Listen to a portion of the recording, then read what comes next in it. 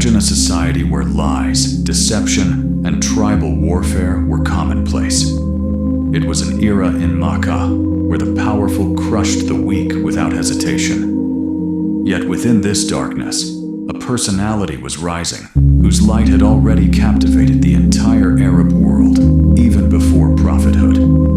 Today we will talk about the man whom even his enemies were compelled to call Al-Amin, the Trustworthy.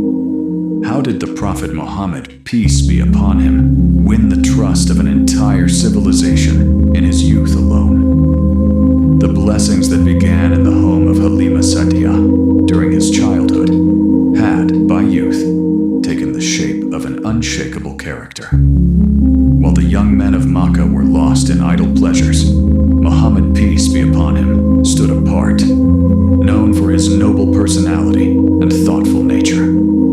He participated in pacts such as Hilf-ul-Fudul, a covenant formed to defend the oppressed and ensure justice for the weak. This period of his youth was proof that honesty and justice could never be compromised, regardless of circumstances.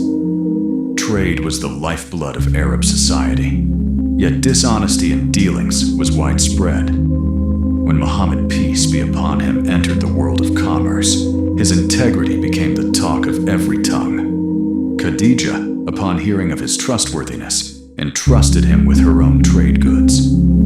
Upon his return from the journey to Syria, her servant Maysara described not only the remarkable character of Muhammad, peace be upon him, but also the extraordinary signs witnessed during the trip. Khadijah was so deeply moved by his character that she sent a proposal of marriage, a union that stood as testimony to the greatness of the man known as Al-Amin. The greatest proof of his title, Al-Amin, came during the reconstruction of the Kaaba, when placing the Hajar-ul-Aswad back in its position brought the tribes to the brink of war. Every tribe desired the honor of placing it. It was agreed that whoever entered the harem first the next morning would settle the matter. When Muhammad, peace be upon him, entered, every voice cried out in unison, "It is the trustworthy one. We accept his judgment." With remarkable wisdom, he called for a cloth, placed the stone upon it, and invited the leaders of every tribe to hold its edges together, allowing all to share in the honor.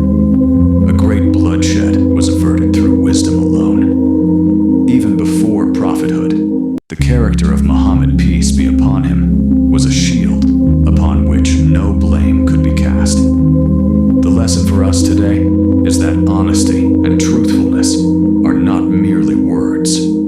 They are the path that conquers hearts.